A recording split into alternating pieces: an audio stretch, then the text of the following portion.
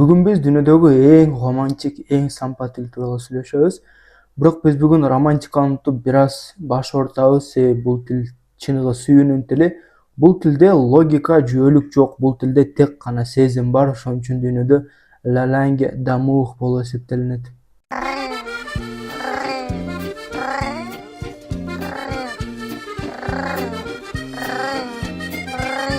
Французча өзү роман тилдерге кирет. Романтик эмес, роман тилдер. Бул тилдер испан тили, португал тили, итальян тили, романиянын тили жана француз тили. Францияда өзү 60-80 миллиондой адам жашайт, бирок француз тилин көбү кайсы жерде сүйлөйт? Туура колонияда сүйлөйт. Франциянын колониялары мына мурда Франция аябай чоң империя болгон, ушунча жерди басып алып, өз тилин да тараткан.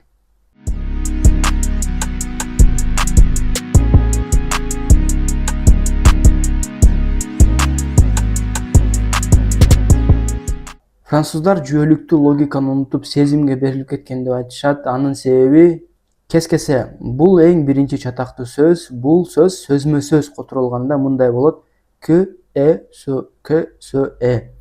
Бул эмне болот? Эмне бул болгон? Жөнөкөй бүгүн деген сөз француз тилинде aujourd'hui болот. Буну сөзмө сөз которгондо азыркы болгон күндө же азыркы күндө болот. Француз тилинде сөздүн жазылышы жана айтылышы таптакыр башка. Демек, ар бир сөздү жатташ оң. Бирок тилди үйрөнүп алгандан кийин сөздөрдү окуш оңой болот, себеби интуиция пайда болот. Мисалы, бул сөз beaucoup d'eau. Бул деген көп суу дегенди билдирет. Байкасаңыз, бул сөздүн 50-60% окулбайт. Ушундай француз тили. Жана 7 heures. Бул деген саат 7 дегенди билдирет. Байкасаңыз, бул сөздү дагы 50% тамгалар окулбайт таптакыр. Жана буржуази деген сөз мындай жазылат, айтылышы мындай, окулушу мындай.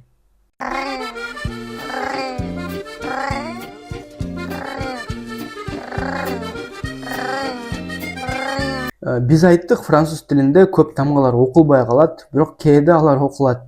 Мисалы, бул сөз ле деп окулат. Бул сөздүн с тамгасы окулбайт, бирок эмки сөз үндү менен башталса, мисалы, les amis болуп окулат. Буну биз liaison дейбиз. Liaison деген байланыш же жабышып кетүү дегенди билдирет. Милдеттүү liaison деген нерсе бар, буларды сөзсүз айтыш керек. Les amis. Vous avez. Nous avons. Il est incroyable. Il est incroyable. Т окулат, бирок с окулбайт. Ошондо il est incroyable. Elle est arrivée. Elle est arrivée. Ошондо с окулбайт, бирок т окулат. Ошондо elle est arrivée. Француз тилде liaison деген бул өтө маңыздуу нерсе, себеби liaison бул сөздүн маанисин дагы алмаштырып коет. Мисалы, мага айт деген сөз французчада dis moi болот. Т окулбайт. Бирок силер айтыңар деген сөздү dites moi болот. Ошондо көпчүлүк болсо т окулат, бирок с кошулуп калат, с окулбайт. Ошондо dites moi эмес, dis moi болот. Мага айтыңар.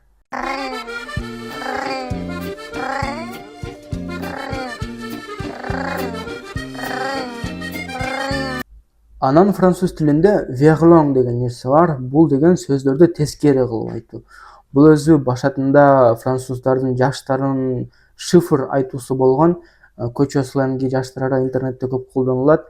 Буну биз кыргызчалап айтсак, тамаша деген сөздү шатама деп айткандай же машата деп айткандай болуп калат. Комментарийге жазып көрүңүз, кыргызча сөздөрдү verlan менен айтты. Биз аны туюп көрөлү. Мисалы, жанагы деген сөз гы жана болуп калгандай болуп калат. Verlan деген сөз өзү verlan. Бул сөз l'envers дегенден чыккан.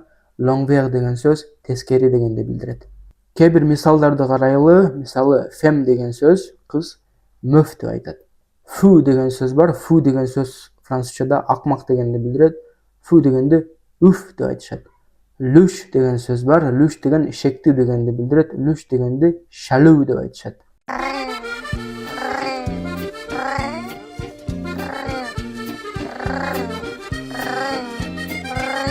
Ар бирибиз билген дежаву деген сөз да французчадан келген. Бул сөз жанагы эле, жана эле, баягыдай эле көрүнгөн дегенди билдирет. Демек, дежаву деген сөз сөзмө сөз которгондо баягы эле көрүнгөн же жана көрүнгөн нерсе, жана көрдүм десек да болот.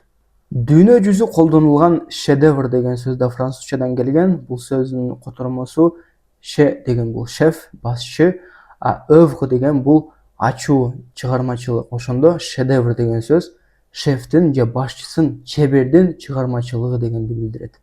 Жана дагы бир көп колдонулган сөз бул тет а тет. Сөзмө сөз которгондо тет бул баш, а бул багыт, тет деген бул баш. Ошондо башка баш демек бетке бет, тет а тет, бетке бет. Француз тили дүйнөгө көп салым кошкон. Мисалы англис тилиндеги сөздөр 50–40%га дагы жетиши мүмкүн. Француз тили англисчеге 1660-жылдары таасирлей баштаган. Нормандтар Британияны басып киргенде Францияны басып алып, талкалап, өз тилин тарата баштаган. Ошондо бүгүн англис тилиндеги илимге, аш тамак өнөрчүлүккө жана маданиятка тиешелүү сөздөр баары француз тилинде дээрлик. Франциянын таасири Жапонияга чейин жеткен, аябай чоң империя болгон. Ошон үчүн француз тилин окуп баштасаңыз, сиз көп сөздөрдү өзүңүзгө тааныш эсептейсиз. Англисчедеги government, royal деген сөздөр gouvernement, royal деген сөздөрдөн чыккан. Бирок француз тили өзү латындан чыккан. Ошон үчүн бул сөздөрдү биз латындан келген деп да айта алабыз, себеби француз тили латын тилдин түптүз мураскери. Бирок француз тили ушунчалык чатак, кызык, бир түрлүү болгону менен мен билбейм, француз тилин ушунчалык жакшы көрөм. Себеби француз тили бул өнөр, тарых жана маданияттын тили, дүйнөгө ушунчалык чоң салым кошкон. Сиз французчаны билсеңиз, жашоодо кыйынчылыкка селави деп уланта бересиз. Француз тилин угуп, сезип көрсөңүз келсе, видеонун мүнөздөмөсүндө кээ бир мен жакшы көргөн француз ырларга шилтеме коюлган. Француз тилин үйрөнүңүздөр. Ошондо essayez d'apprendre le français. Кош болуңуздар.